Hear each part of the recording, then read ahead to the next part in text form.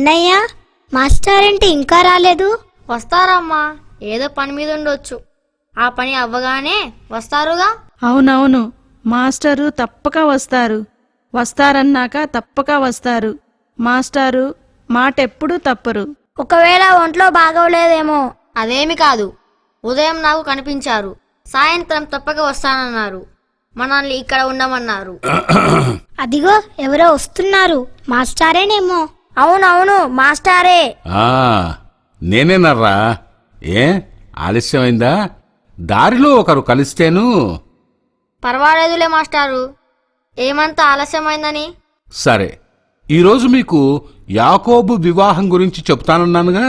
అవును మాస్టారు, ఏసావు నుండి కాపాడటానికి యాకోబును తన మేనమామ లాబాను వద్దకు ఈసాకు రిబ్కాలు పంపించారని, లాబాను కూతురులో ఒకరిని వివాహము చేసుకొని రమ్మని దీవించి పంపారని అన్నారు మాస్టారు. అలా తల్లిదండ్రుల దీవెనలు పొందిన యాకోబు హారానులో ఉన్న లాబాను వద్దకు బయలుదేరాడు. అలా యాకోబు బేర్షబా దాటి హారాను వైపు వెళ్లే బాట పట్టి వెళ్తున్నప్పుడు పొద్దుగూకింది. ఇక చీకటిలో ప్రయాణం ఎందుకని తాను తెచ్చుకున్న రొట్టెలు ఖర్జూరాలు తిని అక్కడున్న ఒక రాయిని తలదిండుగా చేసుకుని పడుకున్నాడు. ప్రయాణం చేసి అలసిపోయాడు కదా, బాగా నిద్రపట్టింది. నిద్రలో అతనికి ఒక కల వచ్చింది. కళ? భలే భలే, ఏం కళ మాస్టారు? అదొక దివ్యమైన కల. యాకోబుకు కలలో ఒక నిచ్చెన కనిపించింది. ఏమిటి నిచ్చెన? అంటే ఎక్కే దిగే నిచ్చెనేనా మాస్టారు? ఆ నిచ్చెన కింద నేలను పైన ఆకాశాన్ని తాకి ఉంది. అమ్మ బాబోయ్, అంత పెద్ద నిచ్చెనా?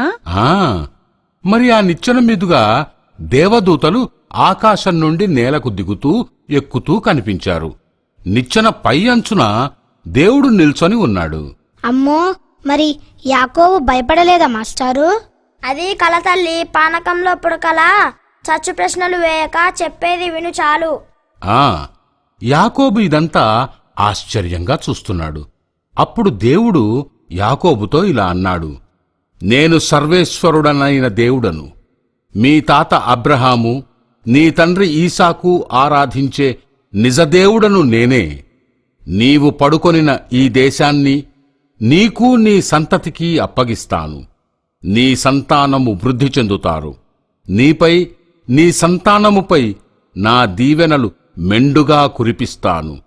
నేను నిన్ను ఎల్లవేళలా కాపాడి నీకు చేదోడు వాదోడుగా ఉంటాను. ఈ మాటలు వినగానే యాకోబు ఉలిక్కిపడి లేచాడు. యాకోబు భయపడ్డాడా మాస్టారు? అవును, నిజంగానే భయపడ్డాడు. తను పడుకున్న చోటు దేవుని స్థావరము, పుణ్యక్షేత్రము అని గ్రహించాడు. ఆ స్థలము స్వర్గద్వారమని భావించాడు. పెందలకడనే లేచి తను తలదిండుగా చేసుకొనిన రాతిని ప్రతిష్ఠించి దానిమీద తైలము పోసి దేవునికి అంకితం చేశాడు. దీనికి గుర్తుగా ఆ ప్రదేశాన్ని బేతేలు అని పిలిచాడు. దేవుడు తనను అన్ని విధాలా ఆదుకున్నట్టయితే ఈ రాయి ఉన్న చోటు దైవమందిరం అవుతుందని, తను పొందిన వాటిలో దేవునికి 10వ వంతు అర్పిస్తానని యాకోబు మొక్కుకున్నాడు. ఆ తర్వాత తిరిగి తన ప్రయాణం కొనసాగించాడు. మరి యాకోబు తన మేనమామ లాబానును చేరుకున్నాడా మాస్టారు? చేరుకున్నాడమ్మా. అలా యాకోబు ప్రయాణం సాగించి ముందుగా తూర్పు జాతుల వారి దేశాన్ని చేరుకుంటాడు. అక్కడ పొలంలో ఒక బావి ఉండడం, గొర్రెల మందలకు కాపరులు బావి నుండి నీళ్లు పెట్టడం గమనిస్తాడు. యాకోబు అక్కడికి వెళ్లి వారిని మీదే ఊరు అని అడుగుతాడు. వారు హారాను అని చెప్పగానే యాకోబు ఆనందంతో మీకు నాహోరు కుమారుడు లాబాను తెలుసా అని అడగ్గానే వారు ఎందుకు తెలీదు, అదుగో ఆయన కూతురు రాహేలు మందను తోలుకుని ఇటే వస్తోంది అని వారన్నారు. కాసేపట్లో రాహేలు తన మందతో బావి వద్దకు వచ్చింది. యాకోబు ఆమె మందకు నీళ్లు పట్టి తను రిబ్కా కొడుకునని, లాబానుకు మేనల్లుడనని చెప్పాడు. రాహేలు పరుగున పోయి తన తండ్రికి యాకోబు గురించి చెప్పింది. లాబాను వచ్చి యాకోబును ప్రేమతో స్వాగతించి తన ఇంటికి తీసుకెళ్తాడు. మరి యాకోబు తన వచ్చిన విషయం చెప్పాడా మాస్టారు? మరి యాకోబుకు తన కూతుర్నిచ్చి పెళ్లి చేశాడా? అదే ఇక్కడ ఒక తిరకాసు జరిగిందర్రా. అదేంటంటే లాబానుకు 2 కూతుళ్ళు. పెద్ద కూతురు పేరు లేయా, చిన్న కూతురు పేరు రాహేలు. యాకోబు రాహేలును ఇష్టపడ్డాడు. అందుకని రాహేలును తనకిచ్చి పెళ్లి చేస్తే 7 సంవత్సరాలు అక్కడే ఉండి ఊడిగం చేస్తానంటాడు యాకోబు. లాబాను అందుకు సరేనంటాడు. కాని 7 ఏండ్లు ముగిసిన తర్వాత మోసం చేసి ముసుగేసి తన పెద్ద కూతురు లేయానిచ్చి పెళ్లి చేస్తాడు. మరుసటి రోజు యాకోబు ఇది తెలుసుకుని ఎందుకిలా చేశావని లాబానును అడుగుతాడు. అప్పుడు లాబాను, పెద్ద పిల్లకు పెళ్లి చేయకుండా చిన్నపిల్లకు పెళ్లి చేయలేను కదా, నీకు రాహేలు కూడా కావాలంటే మరో 7 ఏండ్లు ఊడిగం చేయి అని అంటాడు. ఇక చేసేది లేక యాకోబు అందుకు ఒప్పుకుంటాడు. 7 రోజుల ఉత్సవం తర్వాత లాబాను యాకోబుకు రాహేలునిచ్చి వివాహం చేశాడు. అందుకు ప్రతిఫలంగా యాకోబు మరో 7 సంవత్సరాలు లాబానుకు ఊడిగం చేశాడు. అయ్యో, మరి యాకోబు లేయాను వదిలేశాడా? లేదు లేదు, 2తోనూ కాపురం చేశాడు. కాని యాకోబుకు మాత్రం రాహేలు అంటేనే ప్రేమ. ఆమెతోనే ఎక్కువగా గడిపేవాడు. ఆ విషయంలో లేయా చాలా బాధపడేది. భర్త ప్రేమను పొందడానికి ఎంతో తాపత్రయపడేది. తన భర్త తనను ప్రేమించేలా చెయ్యమని దేవుణ్ణి ప్రార్థించేది. అయ్యో పాపం లేయా, యాకోబును వివాహమాడటంలో ఆమె తప్పేమీ లేదు కదా. అంతా స్వార్థముతో లాబానే కదా ఇలా చేసింది.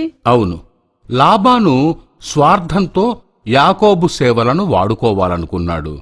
బిడ్డలను ఎరవేసి 14 సంవత్సరాలు యాకోబుతో ఊరికనే ఊడిగం చేయించుకున్నాడు.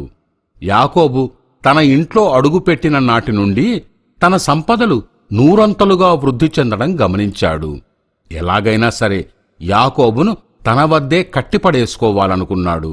అయ్యో, ఇక యాకోబు తన తల్లిదండ్రుల దగ్గరికి తిరిగి వెళ్ళడా? ఇక్కడే లాబాను ఊడిగంలోనే ఉండిపోతాడా? అదేం లేదు. కాని రాహేలును ఏరికోరి మరీ వివాహం చేసుకున్నాడు కదా. ఒప్పందం ప్రకారం మరో 7 సంవత్సరాలు లాబానుకు ఊడిగం చేయక తప్పదు మరి. అది సరే గాని మాస్టారు, యాకోబు లేయాతో అయిష్టంగానే కాపురం చేస్తున్నాడని, రాహేలుతోనే ఎక్కువగా గడిపేవాడని అన్నారు కదా. మరి లేయా తన భర్త ప్రేమ పొందడానికి ఏం చేసింది? అదే చెప్తున్నా. లేయా తన భర్త తనను ప్రేమగా చూసుకోవాలని దేవుణ్ణి ప్రార్థించింది. దేవుడు ఆమె ప్రార్థనను ఆలకించాడు. ఆమెను పుత్రవతిగా దీవించాడు.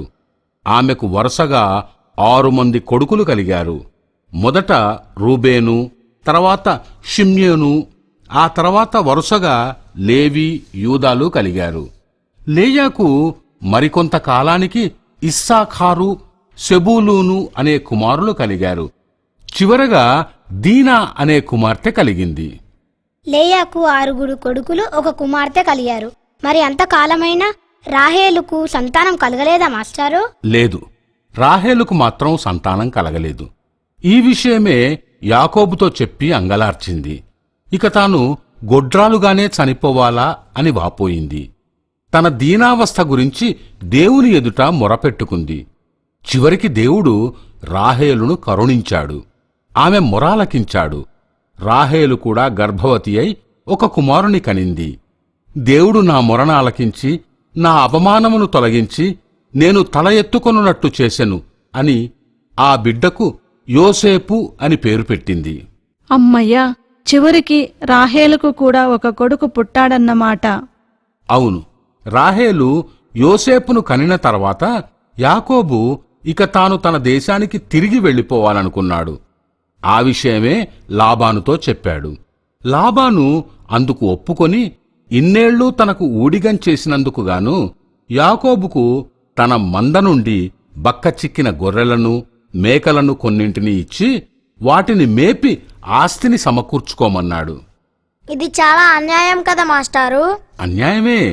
కాని దేవుడు మాత్రం యాకోబును దండిగా దీవించాడు. అతని మందలు సంపదలు త్వరలోనే 100 వృద్ధి చెంది లాబాను సంపదలను మించిపోయాయి. అది చూసిన లాబానుకు అతని కుమారులకు కన్నుకుట్టింది. ఒట్టి చేతులతో వచ్చినవాడు తమకంటే ఎక్కువ సంపదలను పట్టుకెళ్లడాన్ని జీర్ణించుకోలేకపోయారు. ఎలాగైనా తనను ఒట్టి చేతులతోనే తిరిగి పంపాలనుకున్నారు. అయ్యయ్యో, ఎంత మోసం! అలా చేసే దేవుడు ఊరుకుంటాడా మాస్టారు? లేదమ్మా, దేవుడెప్పుడూ మంచివారికి తోడుగానే ఉంటాడు. యాకోబు తన మేనమామ అతని కుమారుల కుట్రను పసిగట్టాడు. వెంటనే లాబాను కన్నుగప్పి తన భార్యాపిల్లలతో పశుసంపదలతో పారిపోయాడు. ఈ విషయం లాబానుకు 3 రోజుల తర్వాత తెలిసింది. వెంటనే యాకోబును పట్టుకునేందుకు మంది మార్బలంతో బయల్దేరి 7 రోజులకు పట్టుకున్నాడు. కాని యాకోబుకు ఏ హాని తలపెట్టవద్దని, అతన్ని క్షేమంగా తిరిగి వెళ్లనివ్వమని దేవుడు లాబానుకు కలలో కనిపించి హెచ్చరించాడు. పిల్లలు, ఇప్పుడు కొంత విరామం తీసుకుందాం. ఆ తర్వాత మిగతా కథ చెబుతాను, సరేనా? అలాగే మాస్టారు.